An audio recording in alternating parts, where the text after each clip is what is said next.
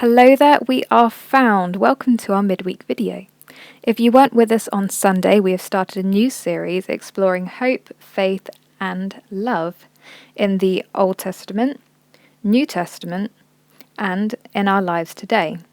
We'll be switching around the order each week like so with other possible variations.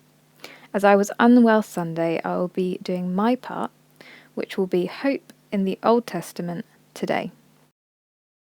We'll take a quick look at Isaiah, but first, what does hope mean in the Old Testament context? In the Old Testament, two words for hope are used, yakal and kavah. Yakal means to wait for, and kavah is a state of tense expectation.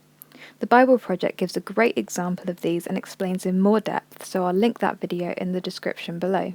Essentially, hope in the Old Testament means waiting on God because of his good character, which has been proven by the past, and we can read about it in the Old Testament. He has been proven to be all that he says he is, so we are to wait on him. So now we've seen the word hope in context, what does Isaiah 40 verse 31 mean when it says that those who hope in the Lord will renew their strength? Earlier in the chapter, Isaiah describes God's character to Israel, and so he is saying in light of this, wait on the word kavah, or in other words, hope in the Lord. In doing this, their strength will be renewed. They as a nation will be strong. As young men, they will rise like eagles. Isaiah is saying this because of God's character mentioned above. So they should wait and hope in him, and he will renew their strength. Israel had been oppressed by the Assyrians, and God calls Isaiah to comfort his people at the beginning of the chapter in verse 1. So the eagle part. In ancient Hebrew culture, eagles were seen as mighty warriors. They would protect their young, they were strong in dangerous weather, and they would rise high on their wings to safe places.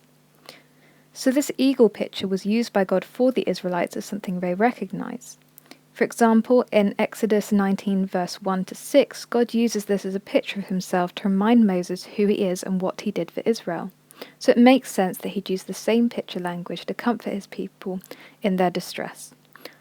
I hope you were also comforted by this study and can hold on to that picture as an example of God's character and how he lifts us up to safety and strength when we hope in him. Please see the links to the resources I used for this video in the description if you'd like to find out more. We'll see you on Sunday on Zoom. Check out back here next week for a new video.